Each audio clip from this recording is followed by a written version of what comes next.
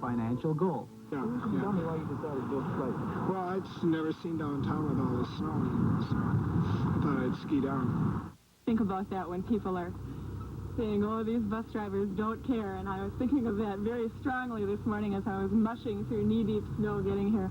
But most of them, you'll find, do their best to get down here. You hear a lot of stories about it taking an hour and a half for people to get to work. But they, for the most part, give it a pretty good try.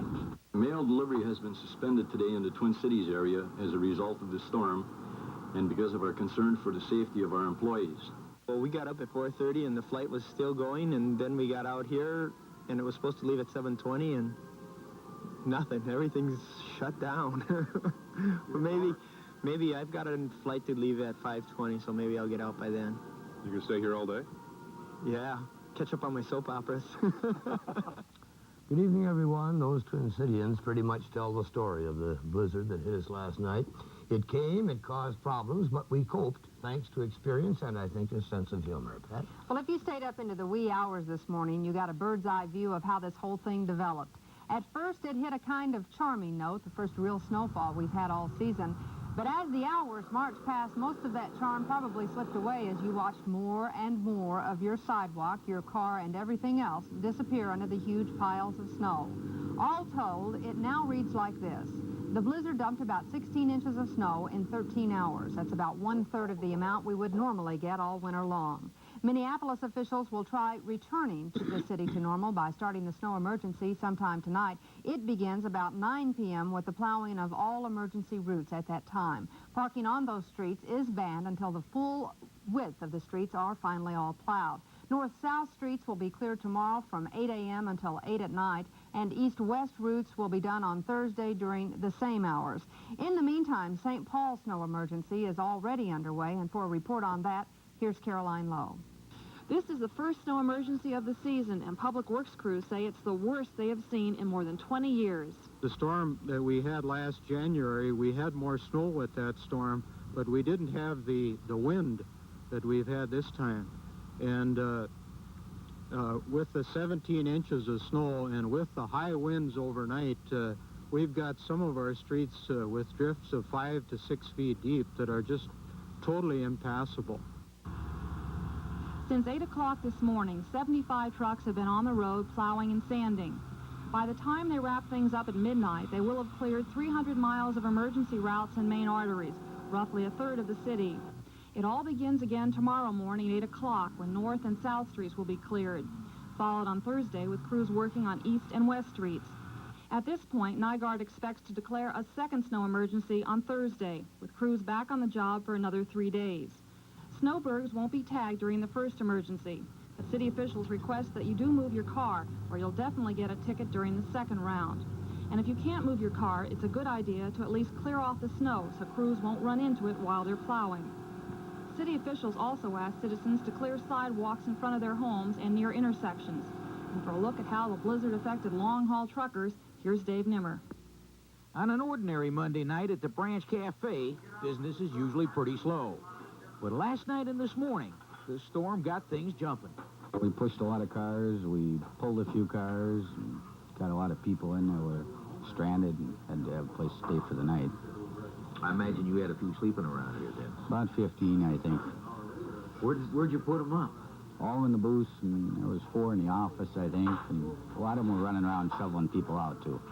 Kid has been on his feet for 16 hours, but at least he's making money, which is more than Fred Gross can say.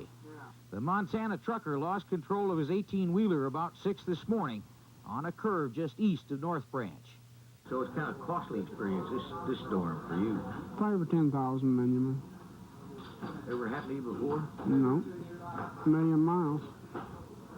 Never had it. Where are you going to be staying tonight, Fred? Crossroads Motel. A new home. Home away from home, Minnesota. By 1 o'clock this afternoon, vehicles and people started to move in and out of here.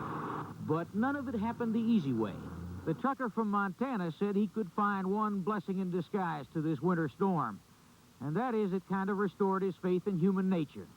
He said he ran into some mighty friendly people willing to help him out. With photographer Bill Kemplin, Dave Nimmer, WCCO Television News in North Branch, Minnesota. In Nimmer's defense, any kind of sartorial decor is sartorial splendor in an emergency. Normally, in a snowstorm, one can rely on MTC buses to take one where one needs to go, and not so today. Only 25 routes were operating, and as Colleen Needles reports, all of them were delayed. This morning, during what is normally a rush hour, only 10% of the MTC's 820 buses were running, with the majority running only in the central parts of the cities. There was little, if any, bus service in the suburbs and none on the freeways. One of the biggest problems for the MTC, particularly this morning, was getting enough drivers. Many couldn't make it to work, so others who worked last night had to work overtime. Those who finally did make it to work did so on their own power. I walked 22 blocks from my house, I found out today. Another problem that has limited bus service is the number of cars stranded in the snow. This has hampered travel, particularly on the side streets. And of course, the cars weren't the only ones getting stuck. About 30 buses succumbed to the heavy, wet snow. Most people stayed home from work today, but those who did venture forth seemed to take all the delays and alternate routes in stride. Well, we weren't aware that they weren't coming. You know, that was the problem. They weren't running on time, and there weren't any on that street. So, after we all found out we got there. We got stuck a couple of times. I had to back off and get a running start and around the corner, you know. It was fun. A fun ride. Again, transportation officials are discouraging anyone from traveling tonight unless absolutely necessary. There is limited bus service, but only on major streets within the Twin Cities. However, an MTC spokesman says they hope to have bus service back to normal by tomorrow morning. That, of course, depends on how quickly the streets get cleared and whether or not there is much drifting snow.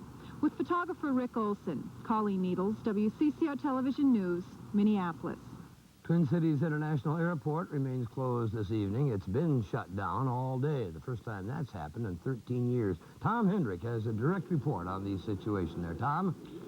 Dave, planes are beginning to take off from Twin Cities International, but only a few.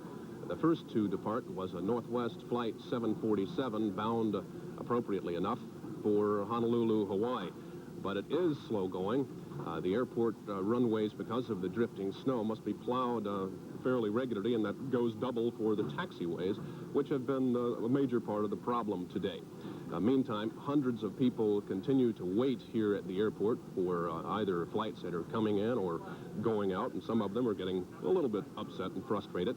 The first incoming plane is due to land here within just a couple of minutes, and there may be some question of whether the airport is ready for that. Airport officials had said an hour ago that it wouldn't be ready for landings until about 8 o'clock. In fact, that is what they told the FAA in Washington. But some officials say that there's some pressure on them to get these planes in and out of here. And another person told me that at least a dozen flights have taken off from other airports around the country destined for Twin Cities International, only to be diverted before they got here. Again, we do have a plane that is scheduled to get in here in a couple of minutes. And with me is Larry McCabe, the assistant director of the airport. And let me put the question to you. Is the airport ready?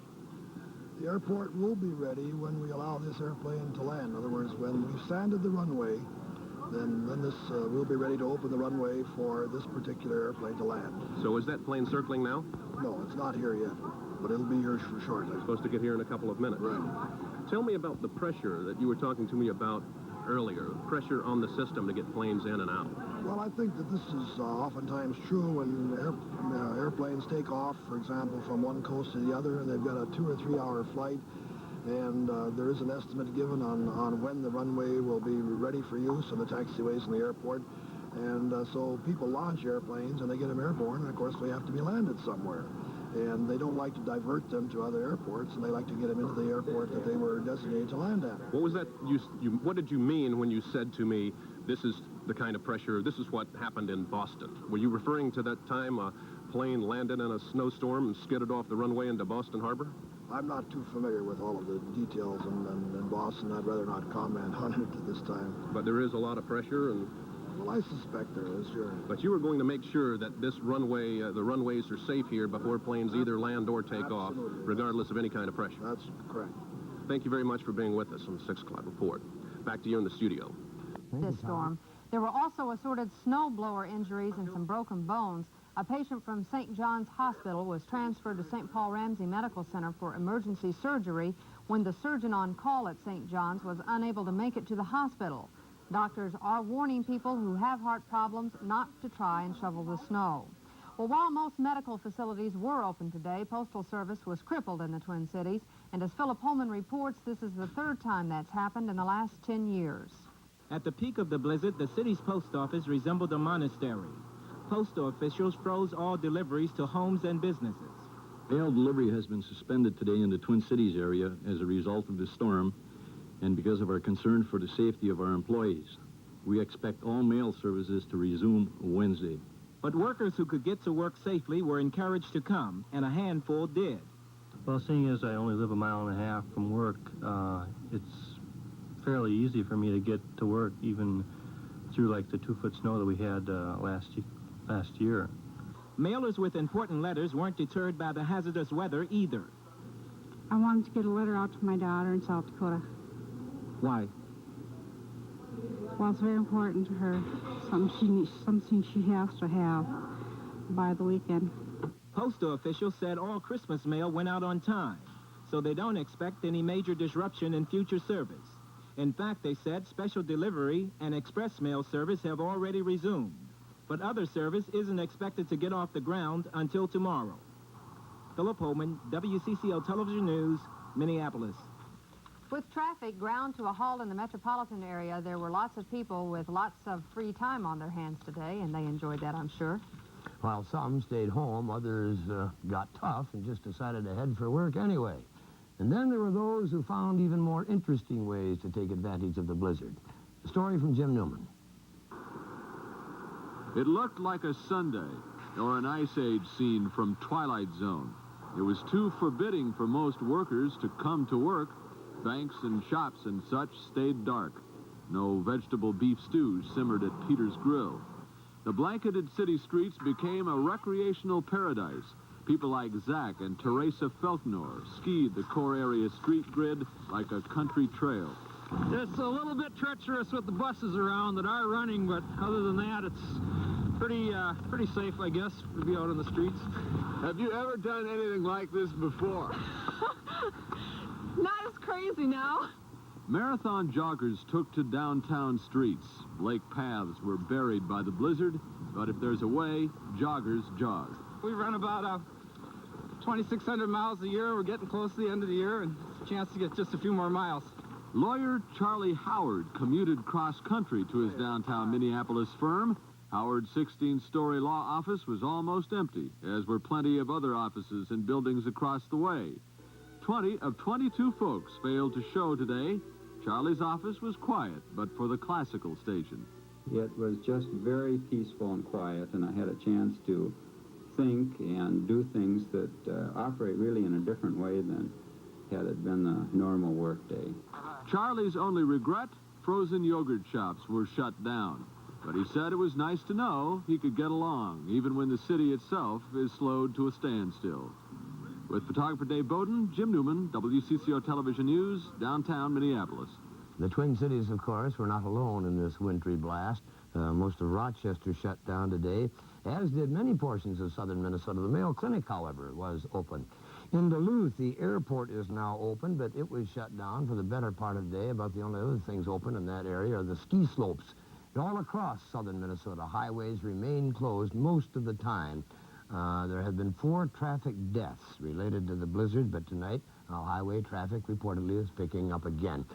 As for power outages across the state, 6,000 people had no electricity in southeastern Minnesota when freezing rain and ice pulled down power lines across a 4-county area. Crews from Wisconsin had to help restore service. And in Worthington, in southwestern Minnesota, about 1,000 homes had no power last night or this morning. The only major outage in the Twin Cities was at the airport, but the snow did wreck the roof on the Knox Lumber Company in Brooklyn Park. It brought down the dome at the Minneapolis Tennis Club. But the big dome, the one that deflated last winter, well, it's intact, but slightly dented. It wasn't so much the heavy snow that caused the problem, but a 200,000-pound set of lights and attachments hanging from the roof. The weight dents the roof, the snow melts, the water fills the dents in the roof. As more snow melts, the larger depressions, and so it went. It is expected to be repaired by tonight.